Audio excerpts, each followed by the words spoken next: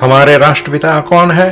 राष्ट्रपिता, पहली बात तो यही, राष्ट्रपिता जैसा कुछ होता ही नहीं, ऐसा कोई शब्द ही नहीं होता है, लेकिन हमें तो एक राष्ट्रपिता जैसा शब्द पकड़ के ही बैठा है। तो राष्ट्रपिता अगर किसी को राष्ट्रपिता की तरह किसी को देखना है तो हम किसे देखेंगे? आज उसके बारे में थोड़ा सोचेंगे। राष्ट्र क्या है और पिता क्या है, दो शब्द समझेंगे तो उसके बाद पता चलता है कि राष्ट्रपिता कौन हो सकता है। एक भूमि का टुकड़ा जो सीमाओं से बंधित है, उसे ही सिर्फ राष्ट्र नहीं कहा जाता। राष्ट्र में कुछ विशेषताएं होती है। राष्ट्र में कुटुंब व्यवस्था होती है, समाज व्यवस्था होती है, राष्ट्र के कुछ संस्कार होते हैं, उसमें एक विचार सरणी होती है। जैसे हम देखते हैं ना, राष्ट्र की तरह तो किसी एक कुटुंब व्यवस्था अगर ऐसे ही देख लेते हैं तो हम भारत में कुटुंब व्यवस्था ऐसी, लेकिन जापान का है ना, तो उसकी ऐसी कुटुंब व्यवस्था होगी। तो एक विशेष उसके संस्कार रहते हैं, वो सब मिलकर एक राष्ट्र होता है।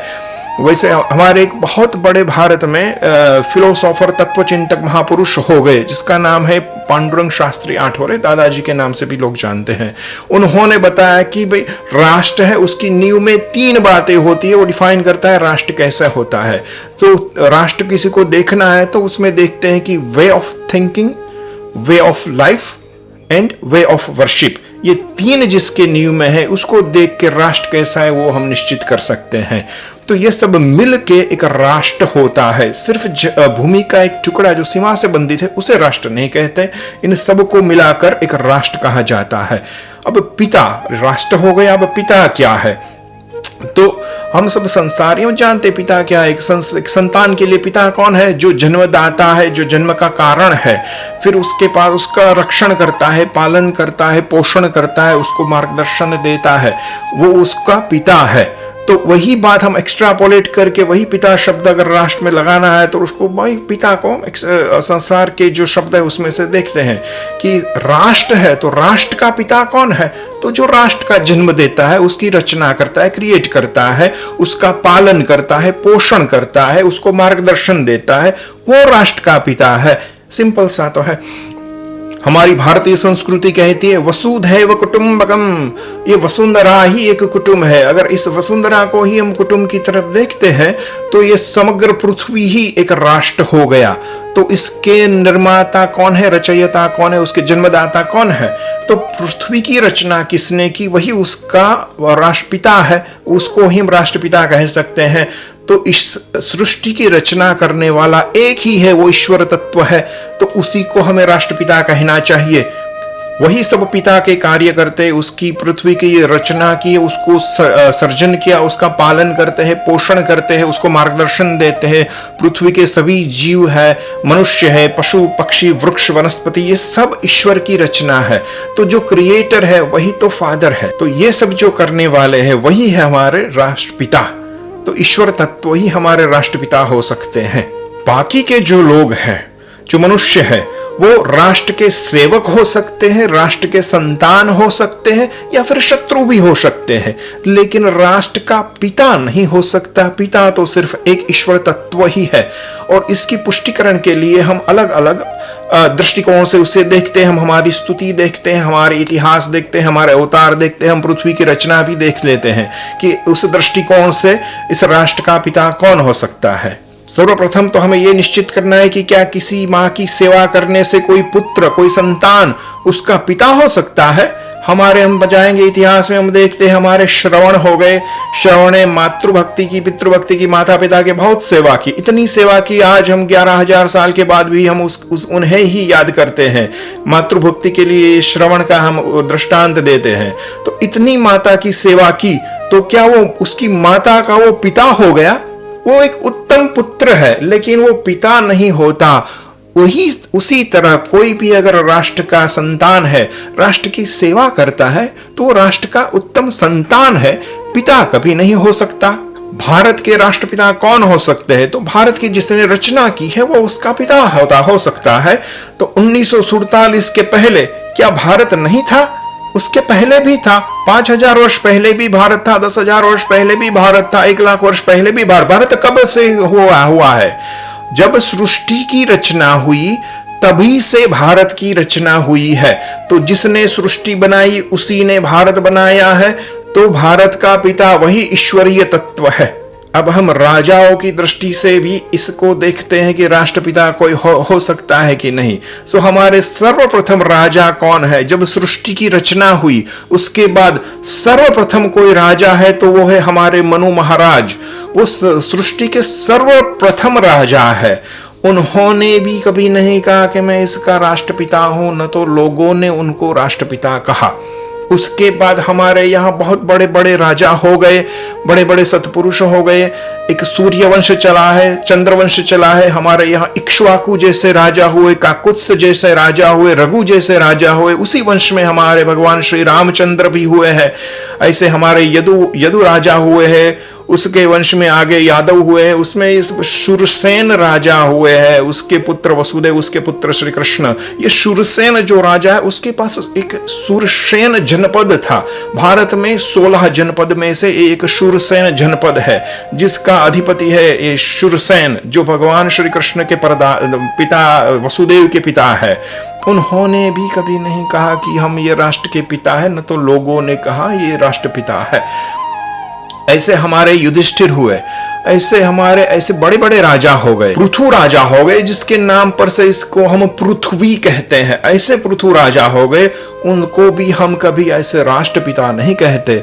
हमारे यहाँ ऋषभदेव हो गए, अवतार के स्वरूप में थे, उन्हें भी हम न तो राष्ट्रपिता कहते न उन्होंने कभी अपने को राष्ट्रपिता कहा। ऐसे ही हमारे हृदय के सम्राट, ऐसे हमारे छत्रपति शिवाजी हुए, हमारे महाराणा प्रताप हुए, वो भी राष्ट्र के सेवक की तरह एक रहे हैं। न तो उन्होंने कहा मैं इस राष्ट्र का पिता हूं, न लोगों ने कहा कि हमारे राष्ट्र के पिता है। ऐसे हमारे बहुत महापुरुष भी हो गए, बड़े बड़े संत भी हो गए हैं। यहाँ शंकराचार्य हुए, विवेकानंद जी हुए। किसी ने ऐसे संस्कार जिन्होंने निर्माण किया इस देश में, इस भारत में, इस राष्ट्र में, ऐसे संस्कार के जो निर्माता है, ऐसे लोगों ने भी नहीं किया। क्योंकि ये तो राष्ट्र में आता है ना, संस्कार निर्माण करना, कुटुंब व्यवस्था निर्माण करनी, ये सब उन्होंने किया, संस्थापन किया ऐसी व्यवस्थाओं का। लेकिन फिर भी उन्होंने कभी नहीं कहा कि मैं राष्ट्रपिता हूं, न तो लोगों ने चेष्टा की कि इसको राष्ट्रपति की तरह हमें बोलना चाहिए। अब हम अवतार की दृष्टि से भी देख लेते हैं। जब ये निर्गुण निराकार ईश्वर जिन्होंने इस राष्ट्र का निर्माण किया है, वो स्वयं अवतार लेकर श्री राम और श्री कृष्ण के स्वरूप में भी आ जाए, तभी भी उन्होंने राष्ट्रपिता जैसा शब्द उपयोग नहीं किया है। न तो अपने लिए किया है, न प्रजाओं ने उनके लिए राष्ट्रपिता जैसा शब्द उपयोग किया है। भगवान श्री राम को हम रामायण में से ही देखते। भगवान श्री राम क्या कहते हैं?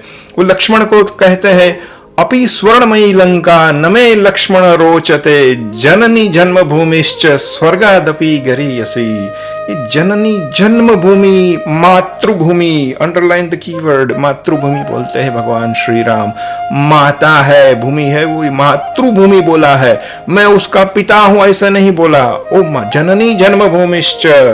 ऐसा ही दूसरा श्लोक आता है रामायण में। भारद्वाज ऋषि भगवान श्री राम को कहते हैं, मित्राणि धन धान्यानि प्रजानाम सम्मतानि व जननी जन्मभूमिश्च स्वर्गादपि गरीयसी। ऐसे राम को कहते हैं, जननी जन्मभूमिश्च।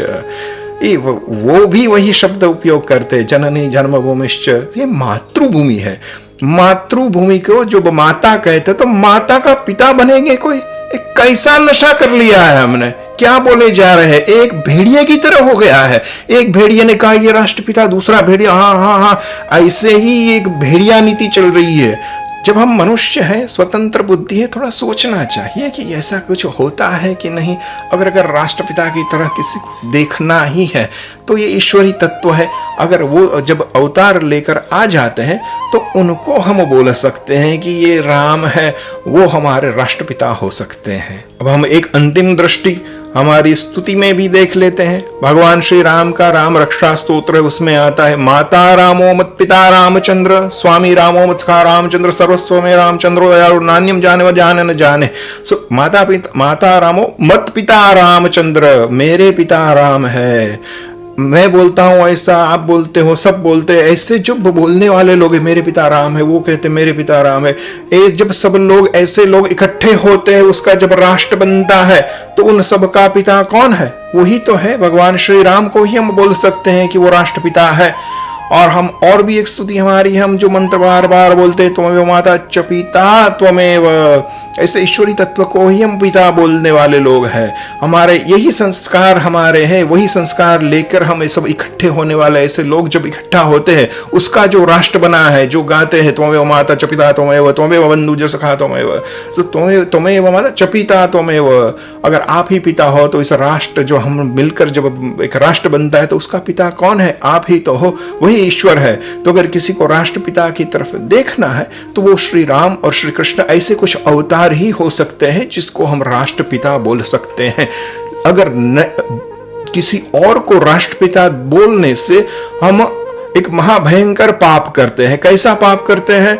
अगर हमारा जो व्यवहारिक संसारिक जीवन में जब कोई हमारा एक पिता है, हम उसको छोड़ के किसी और को पिता पिता पिता करने लगेंगे तो इस पिता का जो हमारे सच्चे पिता है, इसका जितना भयंकर अपमान होता है, उसी तरफ हम जब किसी और मनुष्य को राष्ट्रपिता की तरफ बोलते हैं तो जो ईश्वरी तत्व है, जो ईश्वर है, उसका हम अनजाने में भी बहुत भयंकर अपमान कर रहे हैं और हम पाप के भागीदार होते हैं। तो ऐसे पाप हमें नहीं करने चाहिए। हमारे तो ईश्वर है, भगवान श्री राम कृष्ण है, हमारे अवतार है, तो वो राष्ट्रपिता उसे हम कह सकते हैं। ऐसे पापों और किसी को राष्ट्रपिता कहकर हमें ऐसे पापों से बचना चाहिए, और जो हमारे लोग हैं उनको ये बात बताकर उसको भी ऐसे पापों से बचाना चाहिए। उसके साथ यही विराम लेते हैं। भारत माता की जय, भगवान श्री रामचंद्र की जय।